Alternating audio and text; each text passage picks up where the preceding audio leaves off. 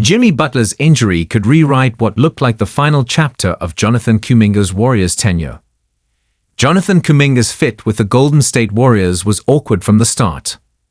It came at the low point of the otherwise universally successful partnership between Stephen Curry, Steve Kerr, and Draymond Green.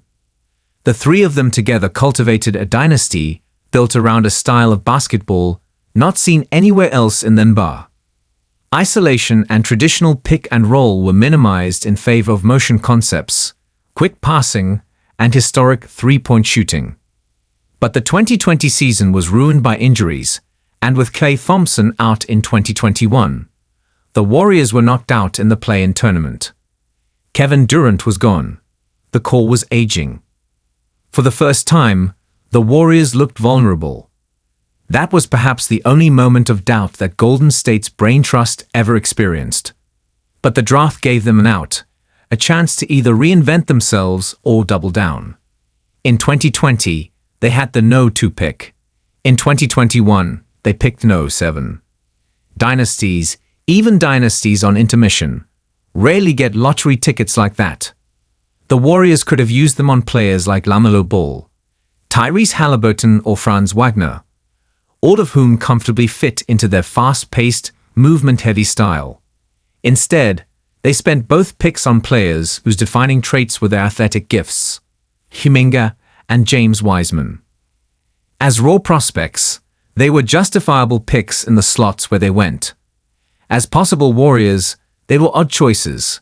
Neither, at least in the moment, seemed like the sort of quick thinkers that typically excel in Golden State. The picks were almost a battle for Golden State's soul. They could have recommitted to what worked. Instead, they went the other way. The Warriors, in that brief moment, tried to be something they weren't. They tried to be normal. They took the players that made sense for everybody else and not for them. It would be hard, at this stage, to think they don't regret that. Even if they were operating on two timelines, they only ever acted in the best interests of one. The old group won a fourth championship immediately after drafting Kuminga, and it did so using the old ways. The lingering identity crisis was settled. The Warriors would not compromise their present to prepare for a different-looking future. Wiseman was jettisoned quickly. Kuminga was a bit too good for that. He hasn't lived up to his potential, but he's flashed brilliance that Wiseman never did. Those undeniable physical traits were actually translating into some measure of tangible basketball production. You don't score 16 points per game in the NBA by accident. The Warriors never had a downhill driver like him. The appeal, in an offense that can create space rather easily with Curry, was obvious. They just wanted him to become whatever he was becoming within the confines of their system.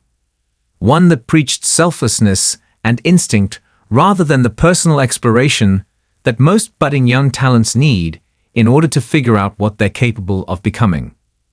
No compromise was ever really found. Kuminga reportedly lost faith in Kerr last season. Kerr somewhat publicly lost faith in Kuminga this year, at least within the parameters of his new, Jimmy Butler-centric lineup choices. Kuminga didn't play in Golden State's critical loss to the Clippers in the regular season finale, nor did he suit up for the play-in victory over Memphis or Game 1 against Houston. With restricted free agency looming and Kuminga's talent sure to attract meaningful offers from less schematically dogmatic teams, the end of his time in Golden State appeared almost certain.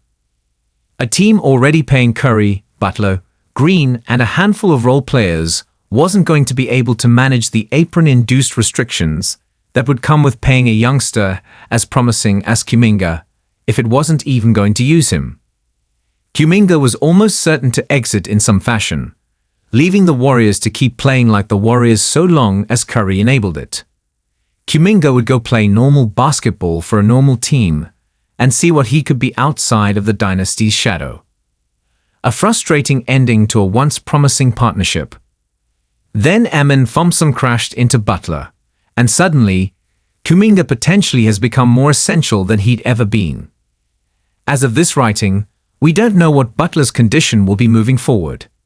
He might miss the rest of Golden State's first-round series against Houston, or he might be ready to go in Game 3.